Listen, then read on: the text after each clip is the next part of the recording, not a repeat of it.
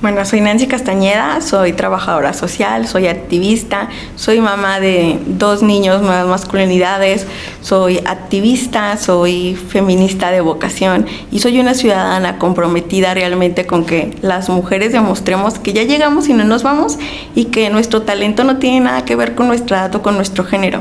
Y estoy convencida que tú y yo podemos hacer el cambio por 2 cosas, porque si no es ahora, ¿cuándo? Y si no somos nosotras, ¿quién lo va a hacer? Entonces, ojalá y te conviertas también en una rebelde que esté peleando porque las mujeres estemos en los puestos de toma de decisión.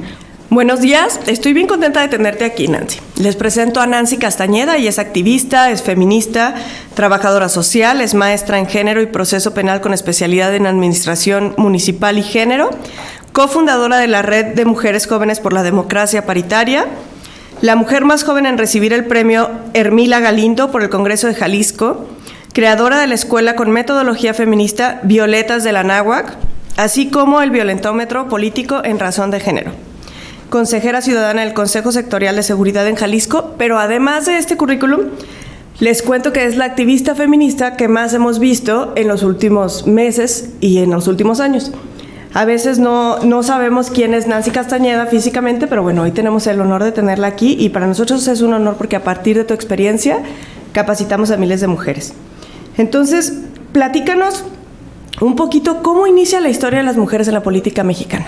Bueno, tiene 2 enters. Uno, antes de la conquista, que para mí es muy importante, que es hablar de la reina, por ejemplo, por ponerte un ejemplo, de las reinas tonaltecas. En ese entonces tuvimos una muy cercana aquí en Jalisco, que ya gobernaba, que fue lo que ahorita vendría siendo Tonalá, y ellos tenían una reina que era Sigualpili. Entonces, ya desde entonces gobernábamos, desde que éramos indígenas, desde que éramos una comunidad, ya estábamos en la toma de decisiones. Posteriormente, cuando se cambia, podríamos hablar de una Leona Vicaria que precisamente empieza a apoyar la independencia de México y empieza a meterse como una espía infiltrada que apenas el año pasado reconocimos que pues la patria tiene madre, que no estaba huérfana y que su madre se llama Leona Vicaria. Podríamos hablar de que ahí inicia, desde el momento en que reconocemos que antes de la conquista, antes de que tuviera el nombre tal como política, ya estábamos gobernando.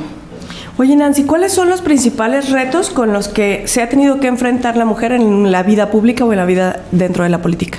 Yo creo que el principal reto es el machismo interiorizado que sigue teniendo la sociedad y que por muchos años eran ellos los que gobernaban.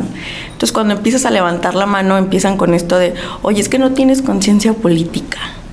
Oye, es que no estás tan preparada para, cuando a ellos no se les hace esas preguntas, o a 100 años o 200 años que tienen gobernando, ¿realmente lo hicieron bien? ¿Realmente estamos libres de violencia? ¿Realmente fueron los más pulcros? Si no, no deberíamos tanto dinero. Y lo otro es que tenemos una doble agenda que a veces se convierte en triple agenda cuando eres política, porque sí, ya logramos salir al trabajo, ya logramos estar en la vida pública, pero no hemos logrado que la otra mitad de la población se meta al tema de los cuidados. Entonces, pues sí, eres una mujer que ya está trabajando, que eres política, pero cuando llegas a tu casa tienes agendas pendientes y una carga de género que ellos no tienen, que es, por ponerte un ejemplo, cuando te acuestas a dormir, antes de planear el otro día, estás pensando si tienes hijos o hijas, si estás uniforme, si hicieron una tarea, ellos en automático creen que nos corresponde a nosotros. Entonces, yo creo que se enfrentan a esta doble agenda. Y lo tercero es que se normalizó tanto la violencia y que el espacio era de ellos, que les hacían creer que era el costo de la participación política, que era normal que las violentaran, que les pidieran el cuerpo y que todas tenían que pasar por eso, porque estaba normalizado. Y ese es un gran logro que logramos el año pasado, en noviembre, que se reconociera que la violencia política por razón de género era una modalidad que le pasaba a todas las mujeres políticas sin que tuviera que ver si eras de izquierda, si eras de derecha, si eras una política de alto aliento y trayectoria o si acababas de llegar, pero que había condiciones bien específicas, que por ejemplo, todas las que eran jóvenes y bonitas, cuando era una reunión política, normalmente la de los hombres acababa en un café y ya, mientras que a ellas les pedían que terminaran en otros sitios, en la cama de, en ser la novia de, en XX, que a ellos no les pasaba, y que cuando platicaban con políticas de mayor trayectoria, les decían, siempre pasa, nomás ignóralo, va a pasar. Entonces lo tenían tan normalizado que alguien les tuvo que decir, oye, eso que estás viviendo sí era violencia. Eso que te hicieron sí era violencia. Y se reconoce que les costó demasiado trabajo estar ahí porque era una estructura hecha de ellos para ellos, donde éramos las intrusas. Claro. Entonces se normalizó tanto que yo creo que a lo que nos enfrentamos ahorita y lo más grave es podernos reconocer víctimas y poder reconocer que lo que me están haciendo no es normal y que inclusive la violencia puede estar dentro de mi partido. Y ahora el reto más grande es juntarnos entre nosotras para cuando una mujer que ha sido violentada se anime a hablar, estén las puertas abiertas de todas para decir, sí te creo y esto no es normal, y que el miedo cambie de bando. ¿Cómo inicia esta lucha para que las mujeres pudiéramos votar en México? Empieza con Laurana Wright. Ella empieza con la primera revista feminista que se llamaba Violetas de la Náhuatl, y ella empieza a ver que no era normal que ellas no estuvieran en la toma de decisiones, que no era normal que no tuvieran derechos, y porque en otros sitios sí tenían derechos y ellas no. Y ella empieza con una revista que hizo muy bueno, porque el primer tema es ¿por qué no tengo derechos sobre mis hijos e hijas? Y lo empieza a repartir en las iglesias. Entonces se empiezan a dar cuenta que es real, que aunque ellas tenían sus hijos, si en el momento que él decidiera que ya no quería estar con ellas, él podía hacer lo que quisiera con sus hijos, inclusive venderlos. Entonces empieza toda una revolución con ella que posteriormente retoman las admiradores de Juárez y ellas les dicen, oye, te vamos a apoyar, pero nosotros queremos votar, queremos ser ciudadanas, queremos estar contigo. Y gana Juárez y posteriormente les dice, ay, es que todavía no tienen la capacidad política. Pero luego, entonces se quedaron como las admiradoras y no pasó. No pasó, a pesar de que ellas lo apoyaron, de que dijeron aquí estamos. Posteriormente a que ellas no lo logran, a 110 años pues de que lográramos con resistencia y lucha en la revolución, otra vez no son ciudadanas, pero ya logran dos actos. Y el primero es que se reconociera que tenían derechos dentro del matrimonio y tuvieran derechos sobre sus hijas, y logran una reforma impresionante que es la disolución del vínculo matrimonial, y se logra antes de que fuéramos ciudadanas, porque dijeron, ok, no nos vas a dar el derecho a votar, entonces danos derecho y reconoce que somos parte del matrimonio. Y logran la ley sobre relaciones familiares en 1917, que es cuando ya logran tener derechos sobre sus hijas e hijos, y este es un logro que tuvimos antes de que pudiéramos decirnos ciudadanas. Y luego la ley de matrimonio que decreta ya Emilio Zapata en 1915, cuando nuevamente estos admiradores de Juárez le dicen, oye, te apoyamos, pero queremos ser ciudadanas, y nuevamente les dan el mismo argumento de que su conciencia política no estaba tan capacitada, y nuevamente pues nada más conseguimos algunas reformas, más no.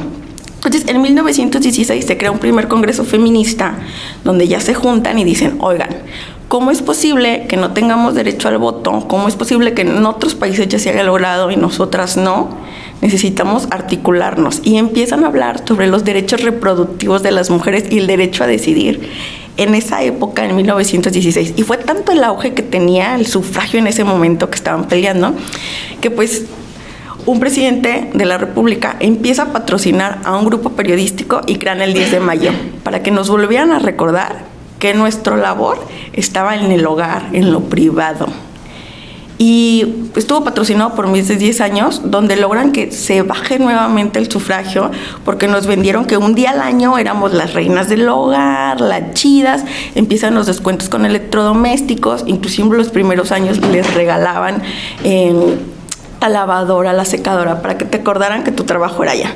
En 1917, con la Constitución, llega Yarmila Galindo defendiendo que teníamos que estar. Y cuando descubren que pues efectivamente ya teníamos una constitución que estaba hablando ya sobre la igualdad de las mujeres, pero solamente en lo laboral y no en lo político, pero tampoco lo prohibía, cuando todo el mundo festeja el 5 de febrero la constitución y que empiezan a hablar de todo esto, nosotros festejamos a la rebeldía de Yarmila Galindo, porque ese día ella va y se registra como candidata a diputada. Porque aunque la ley no lo permitía, tampoco lo prohibía. Y entonces empieza ese acto de rebeldía de vamos a estar, quieran o no quieran. Entonces ustedes deciden si va a ser con nosotros o no. Y nuevamente se logra, se hace todo un movimiento y las feministas van con el candidato a presidente. Entonces dice, si tú llegas y nos haces ciudadanas, vas a ganar. Entonces hay una reforma que ya nos permite ser ciudadanas, pero solamente a nivel federal, que fue la primera vez que se vota, y efectivamente lo hacen ganar. Y después pelean porque ya sea horizontal. Entonces todo el mundo dice que fue un logro de que México se puso progresista. Le dije, claro que no. Había una lista de países donde México está en tratados internacionales, donde ya estaba quedando mal también internacionalmente. Entonces no le quedó de otra más que doblar la mano y decir, sí son ciudadanas. Pero lo fue paulatinamente. Primero federal, como para calar si le convenía o no el voto de las mujeres, y posteriormente ya, ahora sí, local para ser votadas y poder votar. ¿Quiénes han sido las mujeres que más han impactado nuestro país para que nosotras podamos desarrollarnos políticamente? Yo creo que las mujeres que más han impactado son siempre las ancestras, porque como no tenían derechos, lucharon por los derechos de las demás. Y un claro ejemplo puede ser nuestras abuelas. O sea, nuestras abuelas no votaron, pero nos dejaron a nosotros el derecho a votar. Nuestras madres pelearon por el derecho a que nos pudiéramos divorciar, y hoy el divorcio es algo establecido. Nosotros peleamos por la paridad, y eso es algo que le va a quedar a las que vienen. Y las que vienen, tal vez porque todavía estamos, por lo menos en Jalisco, muy mochos, tal vez la generación que viene nos dé el derecho a decidir. Entonces yo creo que siempre las mujeres que más han impactado fueron las que estuvieron antes, las de ahorita y las que vienen, porque el mensaje claro es que ya no es una mujer, es todo un movimiento, y es el movimiento feminista a quien le debemos. No es una mujer, son todas, y hay que reconocer pues que desde la primera mujer que levantó la mano, que yo siempre les digo que ese fue el primer feminicidio político, cuando Georgina crea esto de la ciudadanía de la mujer y sus derechos, la vindicación, fue el primer feminicidio político, porque ella no tuvo un juicio porque la ley decía que solamente los ciudadanos y el hombre. Entonces ella se atreve a decir, oye, pues y las ciudadanas y las mujeres, y hace esta vindicación que cambiaba simplemente los mismos derechos que ya habían hecho en Francia.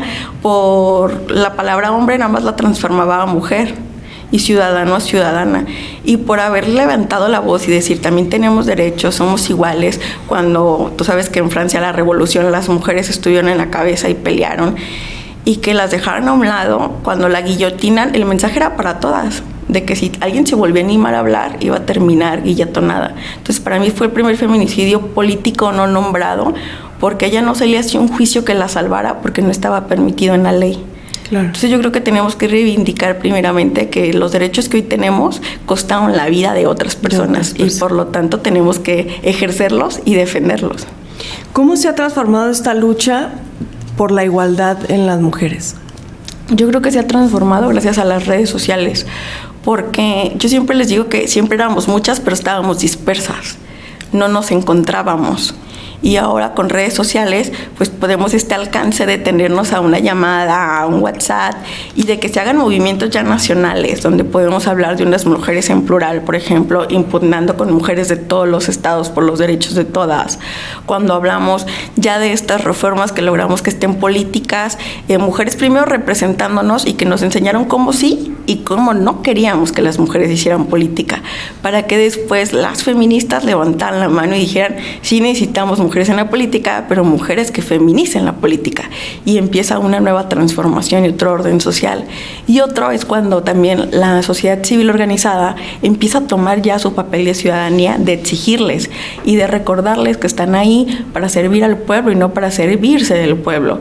Y creo que eso ha sido un movimiento súper simbólico cuando hemos mostrado, por ejemplo, el paro o el 8M, que cuando salimos a la calle se les demuestra que no es un movimiento de las 10 loquitas, sino que salen 9,000, 40,000 mujeres a decir, oye, por el simple hecho de ser mujer es una realidad que nos están matando, y es una realidad que hay diferencias todos los días, y venimos a recordarte pues que tu chamba es con toda la ciudadanía, y que el 52% de la población somos mujeres y también somos ciudadanas, porque parece que se les olvida. O sea, algo tan básico como el derecho humano a la vida, 11 hombres todos los días se creen con el derecho de arrebatársela a alguien y se convierten en feminicidas.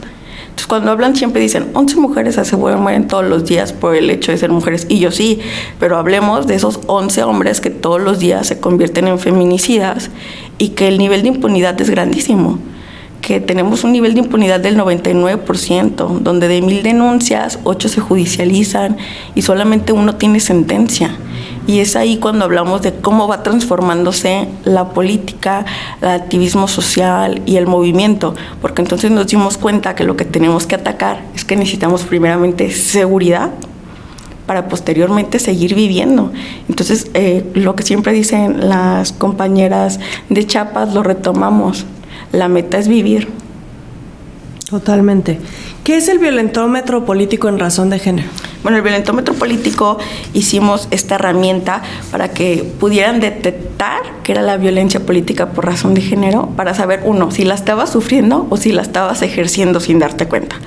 Porque por tantos años le vendieron a las políticas que era normal, que era el costo el que las violentaran, que de verdad no se daban cuenta que las estaban violentando.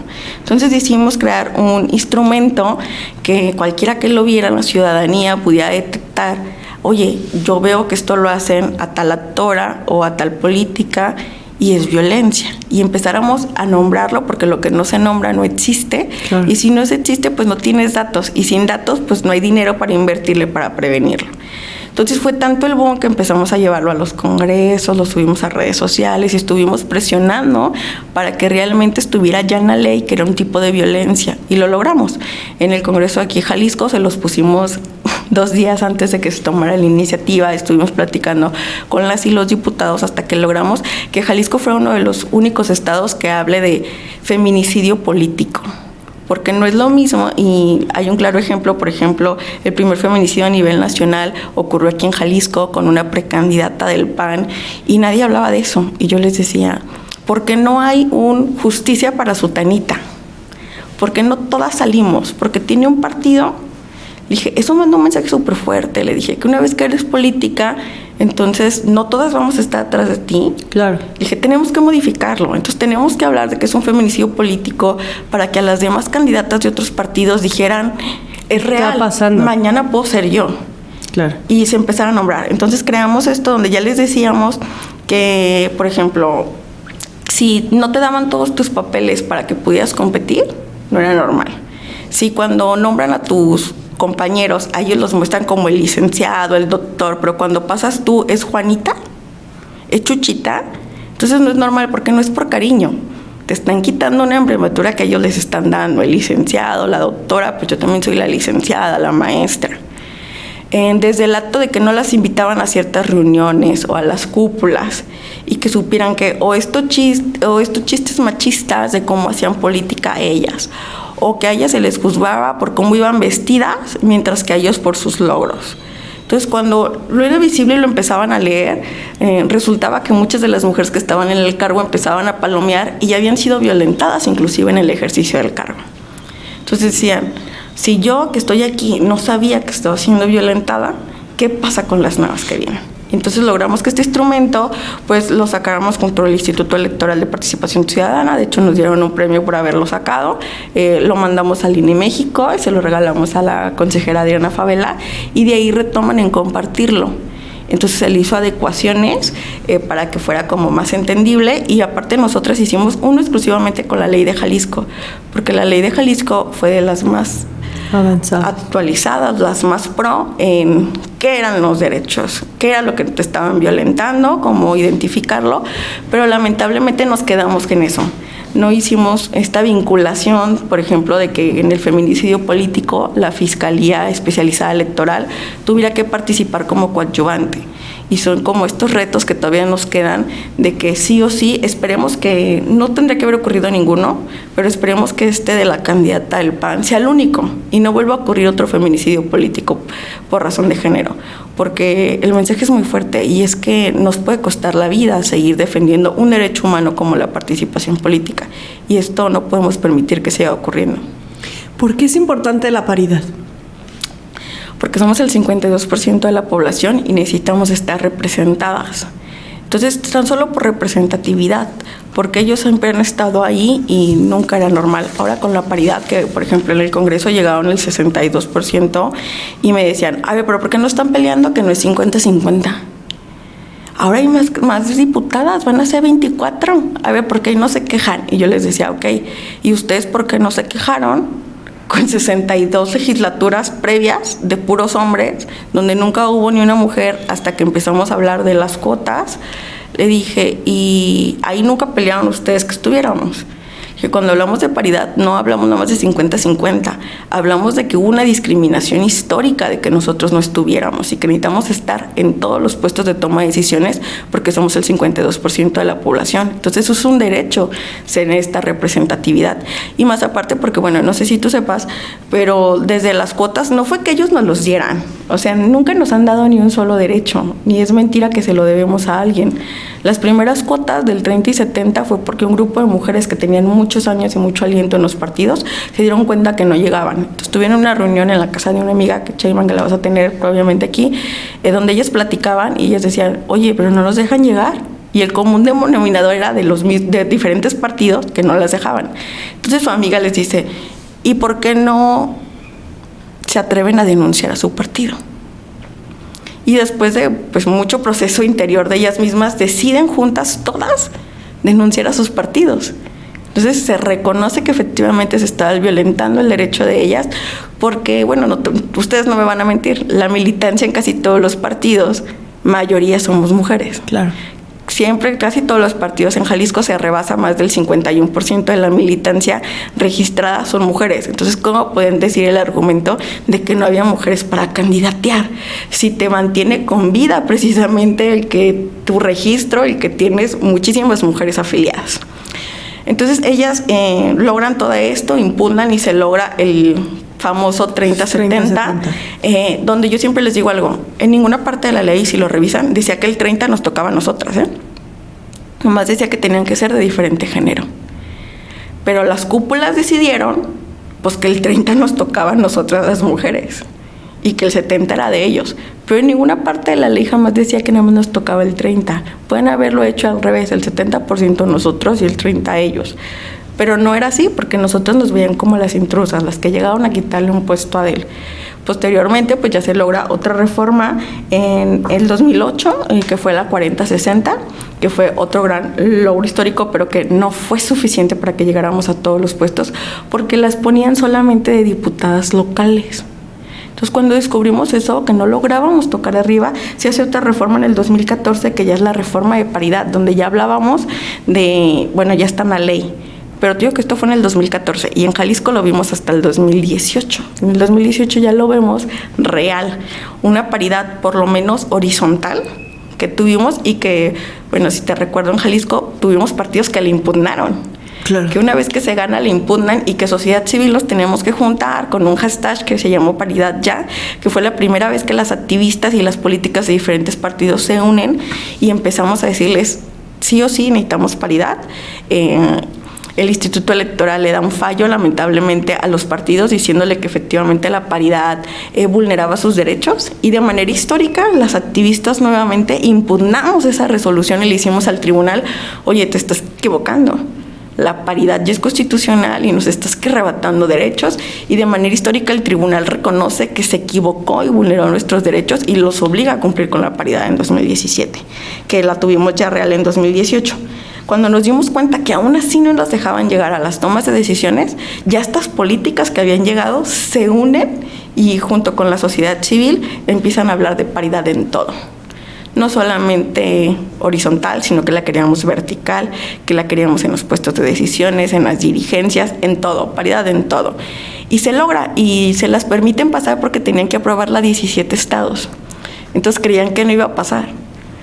Jalisco hizo una fiesta cuando se firmó, invitó a las políticas, a las activistas a que firmáramos como testigas de honor de que Jalisco estaba apoyando y iba a ser uno de los estados que aprobara la reforma.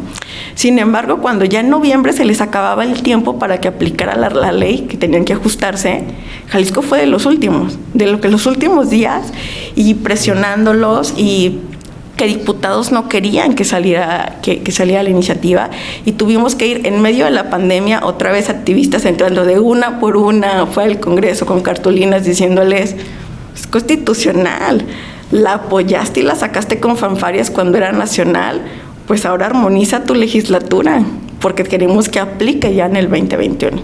Se logra que se aplique, pero dejan suelto cuándo van a salir los lineamientos. Y al no estar ya establecido en la Constitución cuándo, pues le avientan la pelota al Instituto Electoral y de Participación Ciudadana. Y bueno, ya conocemos esa historia, que tuvimos que impugnar nuevamente para que la paridad pues fuera realmente constitucional, realmente respetada, y no con unos lineamientos inventados, sino donde realmente se armonizaran unos que cumplieran con la paridad. Que nos quedamos cortas, pero que aún así fue algo histórico que el tribunal reconociera que esos lineamientos estaban mal, que no garantizaban la paridad. Oye, Nancy, ahorita platicábamos fuera de cámaras sobre el reto que tenemos porque la radiografía del Estado es muy diferente. Entonces, como partido político, en la práctica, pues tú quieres poner la mitad de candidatas que eventualmente no lleguen ahí por un género, sino por una capacidad, al igual que los hombres. Pero en la práctica lo que te encuentras es que ellas no están listas, es que ellas no quieren, es que ellas tienen miedo, es que a ellas no las dejan, es que tienes que hacer un sondeo exageradamente meticuloso y al final convencerlas de participar. ¿Cómo este reto impacta el tema de la paridad? El tema ahora es que por muchos años los partidos se hicieron omisos, porque en realidad siempre han tenido una cuota especializada del 3% que yo creo que tiene que aumentar para capacitación de las mujeres que están dentro de los partidos. Y la realidad es que, como te lo decía, su militancia, más del 52% son mujeres. Entonces, no es que puedan decir o argumentar que no hay y que no quieren. Entonces, tienen que hacer una reflexión interna y decir, ¿qué pasó con tantos años del 3%? ¿A dónde se fue? ¿Qué está pasando? Porque tengo el 52% de la militancia, pero no levantan la mano para participar. Y esto tiene que ver con algo histórico que nos han enseñado, que la política no era para nosotras. Que el tema presidenta estaba bien si eras la presidenta de jefas de familia, la de Colomos, la líder de colonia, pero no para hacer la cara, no para ser la presidenciable. Y esto porque nos lo vendieron que no éramos capaces. Cuando volteas a ver y descubres que quien está atrás de los candidatos en las colonias convenciendo, pues son ellas. Que quien baja los recursos en las escuelas son ellas. O hasta cuando hablamos de escuela de padres de familia, en realidad no sé por qué se llama padres de familia si tú ves uno por cada 100 mujeres, si son las madres las que están ahí. Entonces yo creo que es ese tema de que no nos han enseñado o no nos mostraron que realmente estábamos capacitadas para los puestos. Y aunque no estuviéramos capacitadas, que ellos tampoco lo estaban, pero simplemente se lo creían. Y esto viene desde el juego, ¿eh? Esto es algo desde la infancia. ¿Qué kit le daban a ellos? A ellos les daban un balón de fútbol que les enseñaba que cualquier espacio era su cancha y que les correspondía, y que tenían que trabajar sí o sí en equipo y podían pelearse con el de enfrente, pero se acababa el partido y tan amigos como siempre, y un chocomil si eran niños o una chela si ya estás más grande. Pero siempre les enseñaron a trabajar en conjunto. Luego les dieron la arma y esto era para pelear, para conquistar, para que ellos se sintieran siempre los chidos y los que iban a llegar. Mientras que a nosotras el kit que nos daban era una cocinita, un microhornito o tu mini escobita y tu mini trapeadorcito para que te recordaran que tu labor iban a hacer los cuidados. El nenuco para que estuvieras toda estresada y supieras que te iba a tocar cuidar a alguien, y un kit de belleza que tal vez no pintaba o te llenaba de brillitos, pero que supieras que ibas a tener que estar arreglada siempre para alguien, como si estuvieras descompuesta. Y son kits con los que nos van enseñando desde niños que tienen un gran impacto cuando creces, porque no es que no queramos estar en los puestos de toma de decisión, es que no nos prepararon para estar en ellos desde la infancia. Por eso hablamos de reivindicar desde las primarias, que ellos sepan que sí. Cuando hablamos de referencias y de la importancia, es que ellos volteaban, podían ir a un salón de cualquier municipio de expresidentes y van a ver 100 cuadros colgados y pueden decir, mañana puedo ser yo. Pero de mujeres, pues tú entrabas y una niña no veía esos referentes. Hoy ya los tenemos, hoy ya tenemos referentes para decir, yo también puedo, yo también quiero. Yo creo que el reto es ahora con las niñas y niños y adolescentes, ir y bajar y decirles, tú puedes hacer lo que tú quieras, sin impedimentos. Porque hay algo que se llama brecha de los sueños, que pasa de los 5 a los 8 años, que es cuando antes de esta edad tú sueñas hasta que puedes ser Power Ranger. Pero pasando los 9 años, tú empiezas a ver referentes, lo que tienes cerca a ti, lo que conoces, y con eso te quedas. Entonces tenemos que hablar de regresar a las escuelas y decirles, oye, puedes ser presidenta, puedes ser diputada, puedes tomar los puestos de decisiones. Y lo que pasa al interior de los partidos es que tenemos que hablar de su militancia, de que se rompa esta brecha de cuates, cuatas y cunas. Porque luego sí está la militancia ahí, pero cree o en el imaginario, o sí pasa, ya cada partido lo decidirá, si ponen siempre a la pariente de, al cuate, a la cuata. Entonces tendríamos que hablar de qué estructura podemos hablar, de que realmente los perfiles más buenos, más buenas, aunque no tengan pariente o padrino político, puedan llegar. O si se necesita el padrino político, pues hablando de paridad, hablemos de crear madrinas políticas, donde de facto, pues lo primero que tendríamos es que no nos van a pedir el cuerpo. ¿Qué les faltó a los lineamientos? ¿Por qué retrocedimos en la representación municipal? Porque hablamos de unos lineamientos que se reciclaron en el 2018 con el último fallo, porque ya estábamos a destiempo como para que inventaran unos, y eran unos lineamientos que pues ya habían respondido en la elección pasada, que pues de los 125 municipios solamente lograron 30 alcaldesas, y de esas 30 alcaldesas nos quedamos con 29 por la violencia política por razón de género. Entonces, ¿cómo vuelves a utilizar unos lineamientos que ya te habían comprobado que no funcionaban? Y ya lo sacaste de última hora, salieron como sea, los partidos lo hicieron, y cómo no garantizaste que estuvieran realmente en los municipios donde los partidos ya habían ganado, con tu fórmula secreta que según el IEPC sacó, que se creían de verdad que tenían la fórmula de la paridad garantizada para las mujeres. Entonces ya cuando los vuelven a los del 2018 y con este bloque especial para 10, que nosotros les decíamos, sin una acción afirmativa del IEPC que los obligue 3-2, nos van a mandar a los 5 municipios más bajos de los 10. Con menor representatividad. Y pasó. No hablamos de que tocaran Guadalajara, de que tocaran Zapopan, y me decían, es que quieren mucho. Yo no es que queramos mucho, es que si no tocamos Guadalajara y Zapopan, ¿cuándo vamos a hablar de una gobernadora? Le dije, y esto es por historia, si tú volteas a ver los últimos 10 gobernadores, todos han brincado de Guadalajara. Entonces le dije, si no tocamos Guadalajara, ¿cuándo vamos a hablar de una gobernadora? Entonces, todos nuestros derechos siempre lamentablemente han sido judicializados a golpe de sentencia.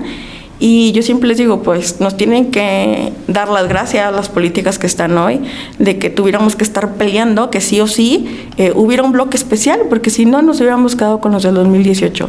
Y posteriormente pues se logra también esta nueva impugnación donde se obliga que sí o sí, como una acción afirmativa, las plurinominales tuvieran que estar encabezadas por mujeres. Y nuevamente no fue que el partido quisiera, fue que la sociedad civil organizada les dijimos, sino cuándo vamos a hablar de realmente tener una representatividad. Y aquí se demostró algo histórico, que los partidos les hacían vender que la sociedad no votaba por mujeres, que no era que no quisieran, es que la ciudadanía no votaba. Y en este imaginario que ellos creyeron y que inclusive nos lo hicieron creer, y por eso es que pedimos, y que comparten muchos. Y que por eso pedimos esta cuota especial, que una acción afirmativa de que las plurinominales fueran encabezadas de mujer. Los partidos se dieron el revés al darse cuenta que las diputadas más votadas fueron mujeres. Y de manera histórica, en una elección intermedia, que es la que menos vota la ciudadanía, y sin embargo, pues la más votada sacó más de 82,000 votos, la siguiente 80,000 votos, que las de repechaje que entraron eran mujeres, y que inclusive el propio partido que tenía, yo siempre les digo que las joyas de la corona, porque me cae gordo mencionarlo, pero ya saben qué partido, el Nananá, no se esperaba que llegaran todas sus candidatas. Sí, jamás vio ese escenario. Porque ellos veían que con sus plurinominales iban a llegar a controlar. Inclusive hubo candidatas del exterior que iban por distritos muy complicados, donde no les llevan la misma cantidad de dinero, la misma participación, y que llegaran para ellos fue como, ay, ¿estas qué hacen aquí? ¿En qué momento se nos colaron? Porque me quitaron espacios, entonces no lo veían. Pero esto rompió un mito, y es que no nos pueden volver a venir a decir que la ciudadanía no vota por mujeres. Yo siempre he creído que la competencia mujer-hombre en una contienda electoral no es igual. O sea, hablemos, por ejemplo, de Zapopan, no de Guadalajara, donde los personajes con los que se enfrentaban el resto de las candidatas venían de un ejercicio de poder, donde eventualmente tenían mejores condiciones económicas, etcétera, ¿no? ¿Por qué no por municipio poner género lo que lograría que la mitad de los municipios fueran al final gobernados por mujeres, independientemente de los partidos políticos, que sus contiendas estuvieran en la misma circunstancia electoral y que tuvieran las mismas condiciones políticas. Pues ese sería mi imaginario ideal, pero lamentablemente la ley también protege a los partidos y su decisión interna. Entonces tú no puedes obligar a un partido a quién poner. Nosotros que estamos hablando de una acción afirmativa, lo que buscamos es que se les diga, ok, sí o sí en zona metropolitana tienes que poner 3 y 2, sí o sí. Y con esto ya hablamos de que, ok, respetamos la libertad del partido de que siga eligiendo, pero sí o sí ya mínimo en 3 van a tener que poner mujeres y eso va a hacer que la competencia suba. Porque cuando me decían, oye, es que, por ejemplo, el tema de Zapopan, que fue un caso, le dije, sí, es que no son iguales y nos empezaban a pelear. De que la paridad y que no sé qué. Caso y teso, de Rompe el Pacto, donde nada más los invita a ellos con el argumento de que eran los que estaban como más mediatizados. Entonces yo les digo, sí, ¿cómo no van a estar mediatizados si han hecho política desde hace 3 años y desde hace 3 años están diciendo que quieren la alcaldía? Claro, van avanzados. Y dije, y ellas acabamos de lograr que lleguen hace 20 minutos con un fallo del Tribunal Electoral que modifica que eran ellas, cuando sus partidos ya también habían posicionado a un hombre.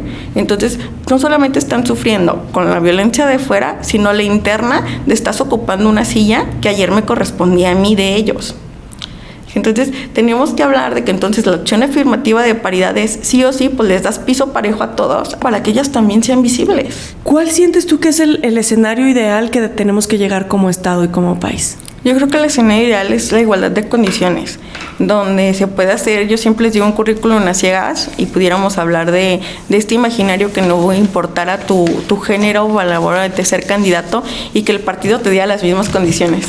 La misma estructura que les puso a ellos, se las pusieran a ellas, la misma gente en la calle, la misma cantidad de calcas, los mismos contactos para bajar recursos, los mismos coordinadores, porque otro tema fue que los coordinadores más colmilludos, con más experiencia política, se los mandaron a los candidatos y a las candidatas las mandaban prácticamente a ser todólogas, a hacer su propio búnker, a ella traer gente y hubo muchas candidatas que sorprendieron a sus partidos, que su equipo de trabajo realmente se puso la camiseta y con experiencias nuevas revirtieron todos los escenarios que les pusieron. Pero tendríamos que hablar que en el escenario ideal esto no tendría que pasar. Tú tendrías que tener todo el apoyo de un partido porque pues si no, pues lánzate de candidato ciudadano. Si vas a experimentar, a estar buscando todo tu apoyo, porque no hay una militancia detrás, pues tendríamos ese otro espacio. Pero la realidad es que las condiciones no fueron igual para ellas, que inclusive en los medios de comunicación estuvieron menos ellas, que siguen sin estar nombradas, porque incluso hubo partidos que les sacaban sus lonas como diciendo candidato.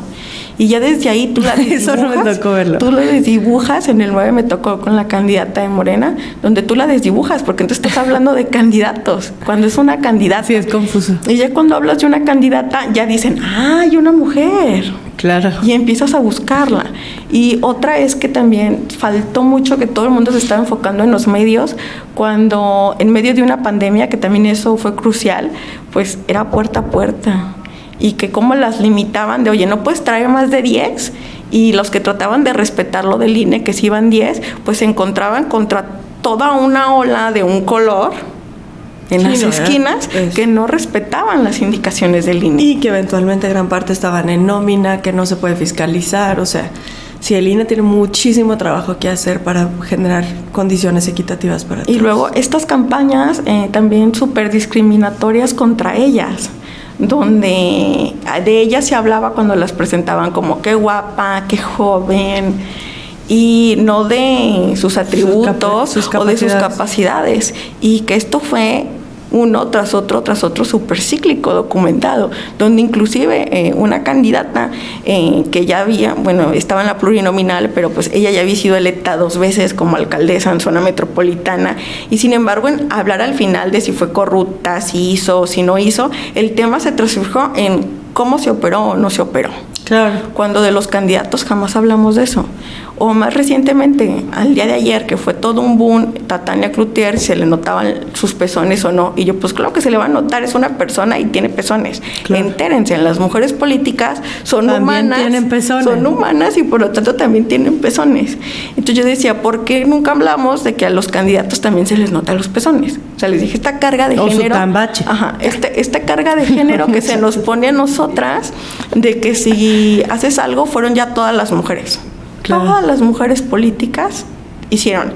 Y cuando es un hombre, es Zunito Pérez fue corrupto. Sí, Juan Pérez y acá es todas. Y todos se lavan. Y ya no lo reconocemos, que no sé qué. Y fue una mujer y para eso querían llegar. Y ahora esta sobreexigencia de que acabamos de llegar y por impugnaciones y a golpe de sentencia y que con el triple y doble esfuerzo en las calles porque no había el apoyo de los partidos porque no creían en ellas, pero la ciudadanía sí, y hay que reconocerlo, que la ciudadanía votó más por mujeres, y que luego llegan y quieren que hagan magia. Oigan, pues tienen tanta deuda pendiente y queremos que hagan estas cosas bien, y ahora es su misión poner el ejemplo. No, oye, van llegando. Sí, dale chance. Igual que a un hombre. Son candidatos igual que ellos. Pueden ser también igual corruptas, que esperemos que no, pero sí podrían serlo. Podrían ser igual de ineptas que muchos diputados que ahorita son ineptos, que ni siquiera saben qué hacen en su cargo todavía actualmente, o que no saben por qué votan a favor o en contra. O que votan. O sea, vamos llegando. Claro que las feministas quisiéramos que ellas tuvieran un nuevo orden social, que ellas hablaran de consolidar una nueva generación de derechos feministas donde ninguna mujer se quede atrás y de que hablemos de que hay acciones que no han llegado, que no es igual ser política en zona metropolitana que al interior, que no hablamos del mismo tipo de delincuencia, que estamos en un estado con doble alerta de género, donde por el simple hecho de ser mujer estás en riesgo, pero al hacerte política aumenta este riesgo porque estás visible a los ojos de otro y porque lamentablemente algunas personas siguen creyendo que estamos ocupando el lugar que le correspondía a un hombre y por eso las tienen a mira. ¿Cómo las vamos a proteger cuando nuestro gobernador dice: el narco no me corresponde a mí, es del federal? Y el federal dice: los municipios no me corresponden más que la policía de caminos. ¿Cómo le garantizamos a esas candidatas que están al exterior que van a estar protegidas? ¿Cómo les garantizamos que también van a ser tan mediatizadas? Sí, primero tendrían que reconocer los problemas de seguridad en el estado. Ajá. ¿Y cómo les garantizamos que estén igual de mediatizadas que zona metropolitana? Yo les decía, pues aquí pasa algo y al otro día estamos en primera plana. ¿Cómo hacemos que cuando le pase algo a una candidata, sea bueno o malo, también esté en las primeras planas, sin importar que sea la de Tequila, por poner un ejemplo? O la de tal partido. Y estoy hablando que la de Tequila, pues es todavía un municipio del que hablamos, pero hay municipios de los que nadie habla.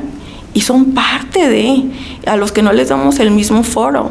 Y yo creo que tenemos que hablar de realmente visibilizar esos perfiles y de hacer un bloque de, ok, pues nos está representando para poder hablar realmente de igualdad y de que el cambio social profundo pues nos necesita a todas y todos. Y eso quiere decir que yo reconozca que quien organiza las posadas es líder, porque logró convencer a 20 vecinos de que le inviertan para darle a los demás y de empezar a llamar las cosas como son. Es la líder, es una lideresa, y empezar a normalizar en la sociedad que las mujeres están, porque en realidad siempre hemos estado. Si tú te vas a las colonias y revisas quién organizó lo del COVID, quién estaba enfermo en los vecinos, quién se movió, quién organiza las posadas, quién organiza hasta si eres religioso cuando pasan las festividades, siempre somos en mujeres. Las escuelas, siempre hay una mujer encabezando. Y inclusive cuando tú preguntas en los partidos, por transparencia, quiénes son las líderes de las colonias o las distritales, pues vas a descubrir que es una mujer. Entonces, ¿por qué no las empoderamos para que desde ese momento el partido empiece a reconocer y la sociedad que tenemos lideresas y que en realidad son las que mueven y la estructura y empezamos a ponerlas como la cara? A mí me gusta mucho una frase que siempre decía Sofía, que el cambio tiene rostro de mujer, y estoy convencida de eso. La meta es que sea el rostro que esté al frente. Porque sí, agarran las mujeres más talentosas de sus partidos, pero para ser la coordinadora, la secretaria, las directoras, y no para ser las candidatas. Y yo creo que la paridad pues ahora es constitucional y ahora tenemos que hablar y hacer entender a toda la ciudadanía y a todos los servidores públicos y a las servidoras públicas.